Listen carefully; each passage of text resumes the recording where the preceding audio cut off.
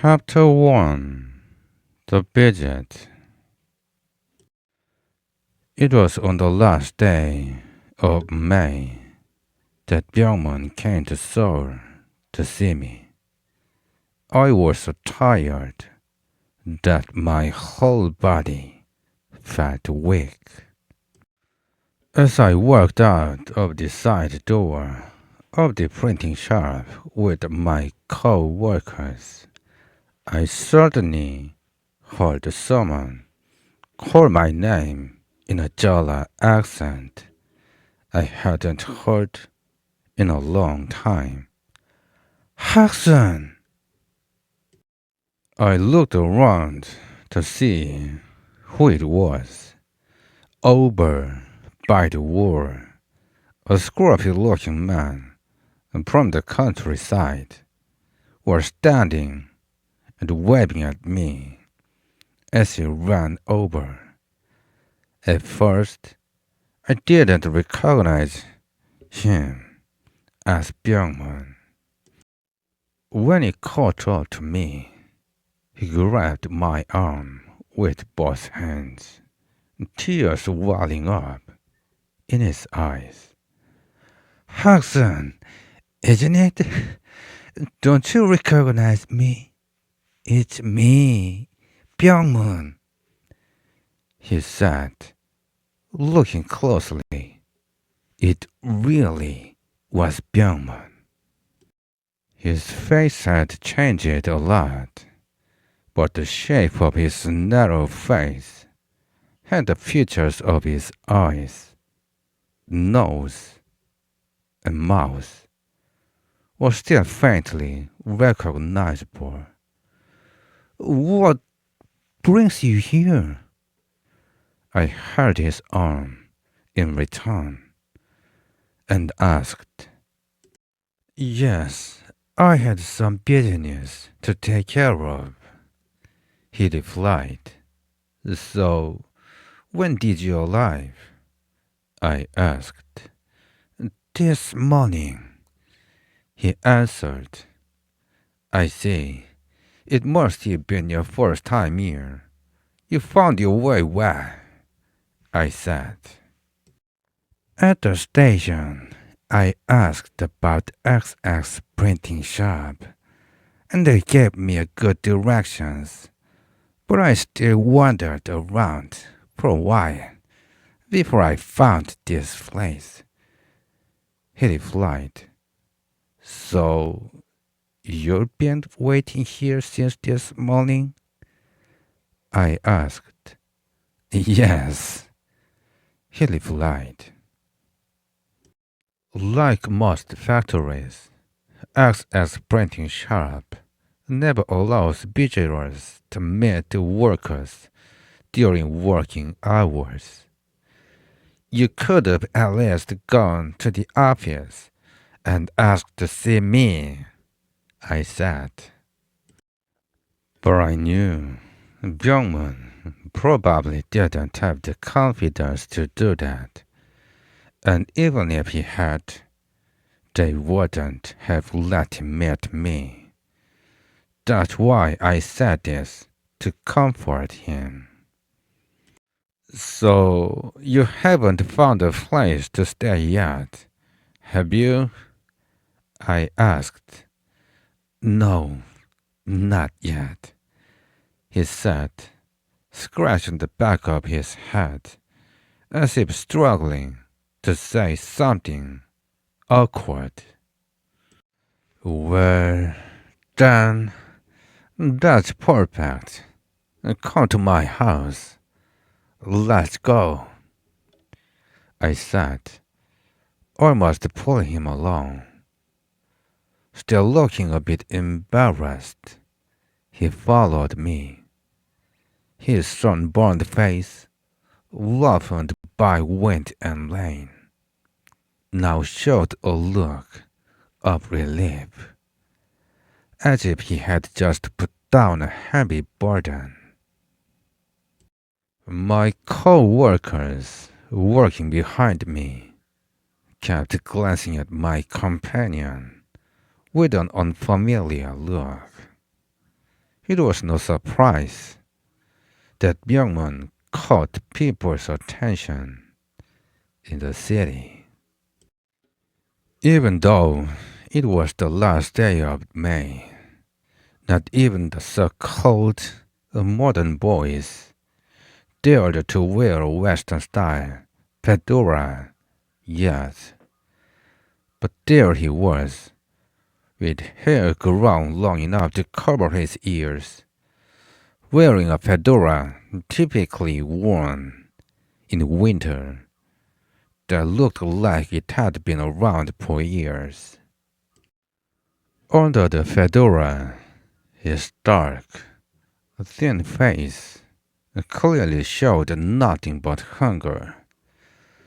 His worn, blackened cotton robe, old patched cotton socks, and cracked rubber shoes, all added to his shabby appearance. The small bundle he carried, with a pipe sticking out of it, made it obvious he was from the countryside. It's been a long time. How have you been managing away from home? Working side by side along the main street, he asked me this. Hardships are the same for everyone. But yes, it's been a long time, I replied. It's been over 10 years since you came to Seoul, right? He asked. Exactly 10 years. I haven't been back to my hometown, even once during that time. So it's also been 10 years since we last met, I replied. It feels like just yesterday we were living together in our hometown, but it's already been 10 years. Still, you've done well for yourself, coming to Seoul all alone and working your way through school. Graduating school, I gently steered the conversation away, trying to avoid that topic. Sure, I might have seemed like I could reach for the stars, but I only managed to attend school for 2 years before dropping out. Since then, I've just been like this. I have no other way to describe myself now than as an ordinary laborer. Oh, he suddenly asked, as if something had come to mind. I heard you went through some serious misfortune a few years ago. That was something I couldn't explain to him. Even if I tried, he wouldn't understand. Besides, he wasn't really asking to know the reason for my so-called misfortune. It was just something he said out of sympathy. It's nothing serious. In life, bad things and good things are bound to happen. These are just small things that will pass soon, I replied. Even with such a simple reply, he seemed surprised, as if he were looking into a strange world. Since my guest, whom I hadn't seen in a long time, was extremely tired and hungry. I couldn't help but pay for the tram fare. I used to avoid taking the tram and preferred walking, but this time I made an exception. Byung-moon is an old friend from my hometown and childhood. We grew up in the same village and even entered and graduated from elementary school together in the same year. He's 3 years older than me, so he's probably around 30 now. After finishing elementary school, I came to Seoul with Byung-moon, the son of the sister who raised me and helped me finish school. She was my only relative. We both intended to support ourselves by working while studying, but returned to the countryside after just a few months. When Byung-moon was just a child of 5 or 6, his family wasn't rich, but they were well off. Even though it was a long time ago, Byung-moon's family had a pretty decent living in the neighborhood. It was a time when the late Joseon dynasty was facing turbulent and uncertain days, driven by the increasing influence of foreign powers. Chapter 2. A Letter. I introduced my wife to Byung-moon. After that, the main topic of conversation until dinner was mostly about Seoul. I wanted to ask why Byung-moon had come to Seoul, but since he didn't mention it, I waited for him to bring it up. After dinner, Byung-moon finally brought up the real reason he came. He lit his pipe, took a deep puff, and said, I actually came to see you, 'cause I have an important favor to ask. Then he carefully watched my reaction. An important favor?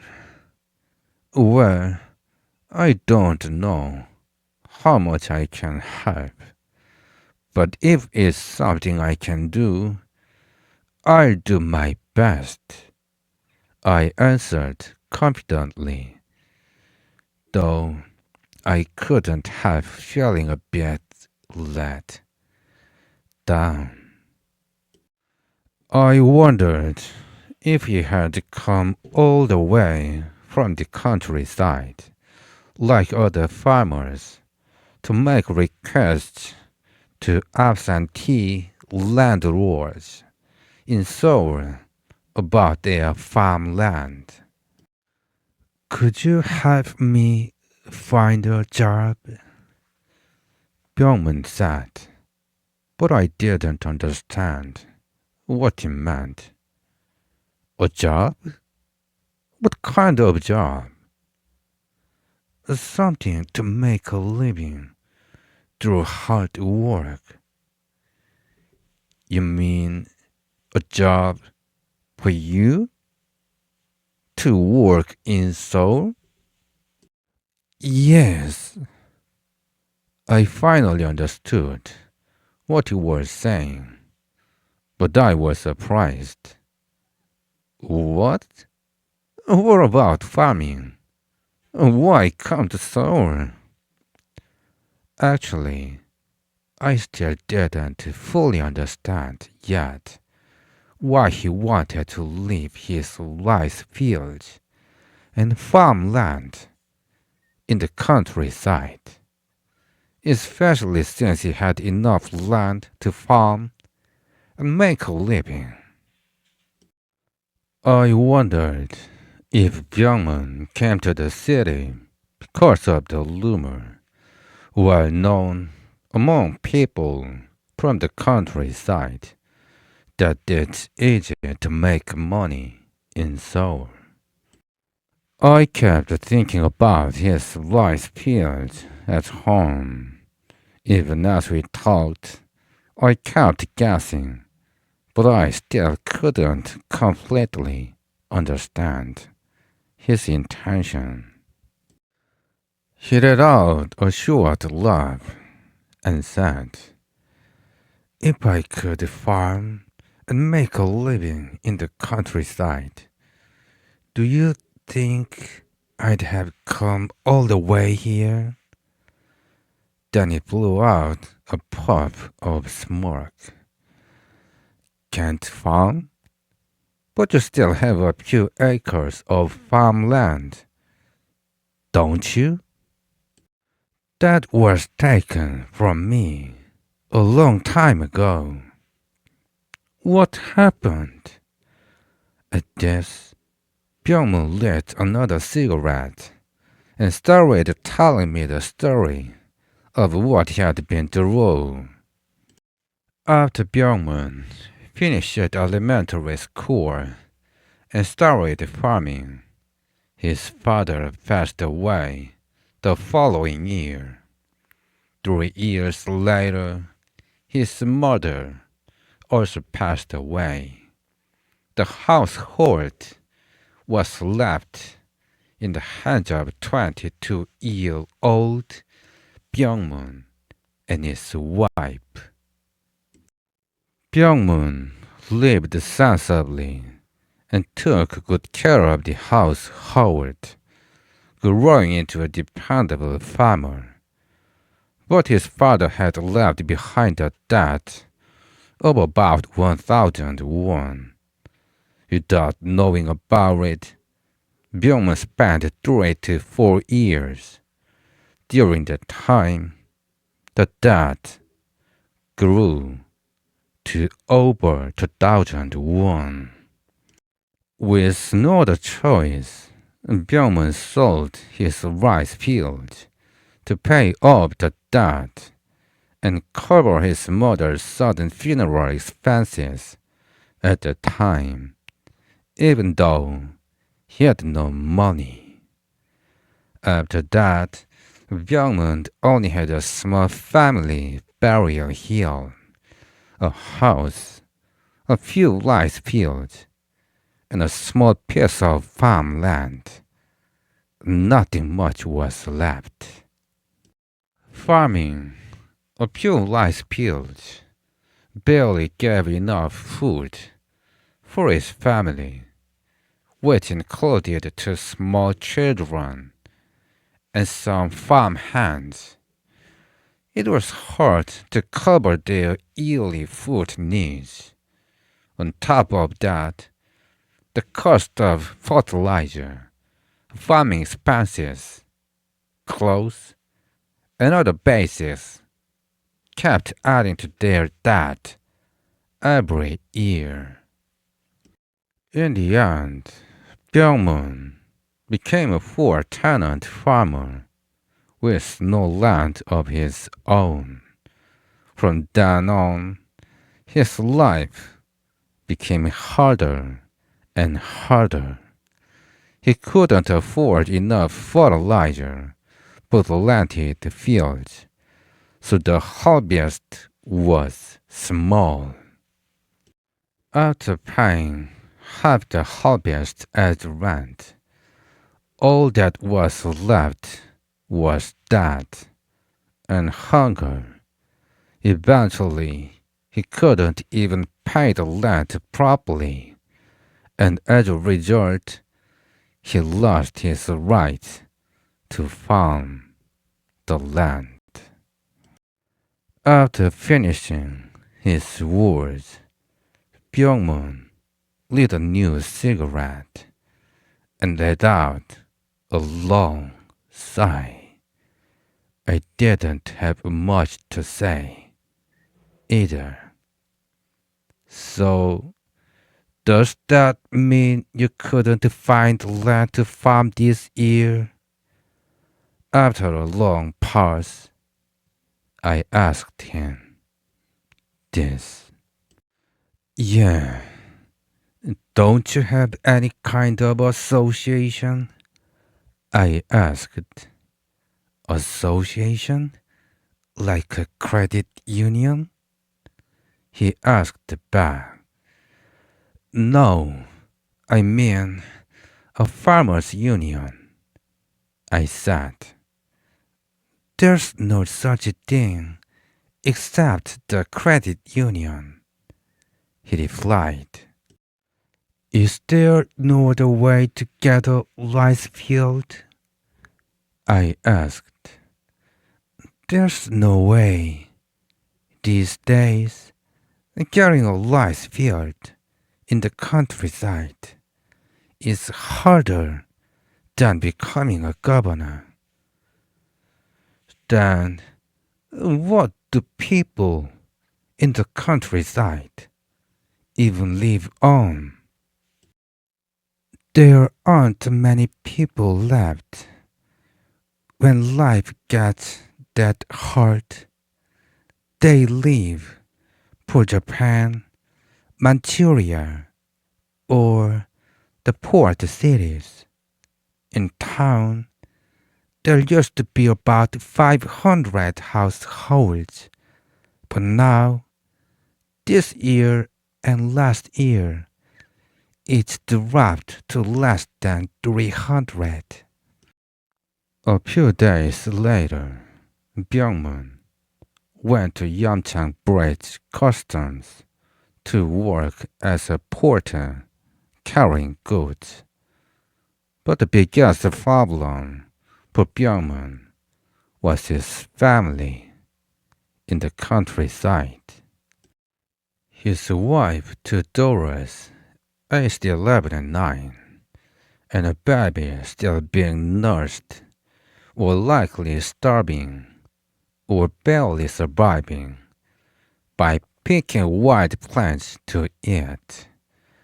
After 2 sleepless nights of worry, Byung-mun decided to send a letter to his wife. I'd like to send you money for travel, but I haven't earned anything yet. It seems like there's no other way than starving if you stay there. So I think it's better to try walking even 10 miles a day and begging for food along the way. It's heartbreaking to think of the children, but there's no other way. If you are walking, you will need to travel light, sell any old clothes, even for a few pennies, and use the money for food on the way. When you arrive in Seoul, show this envelope to a policeman and ask them to help you find me.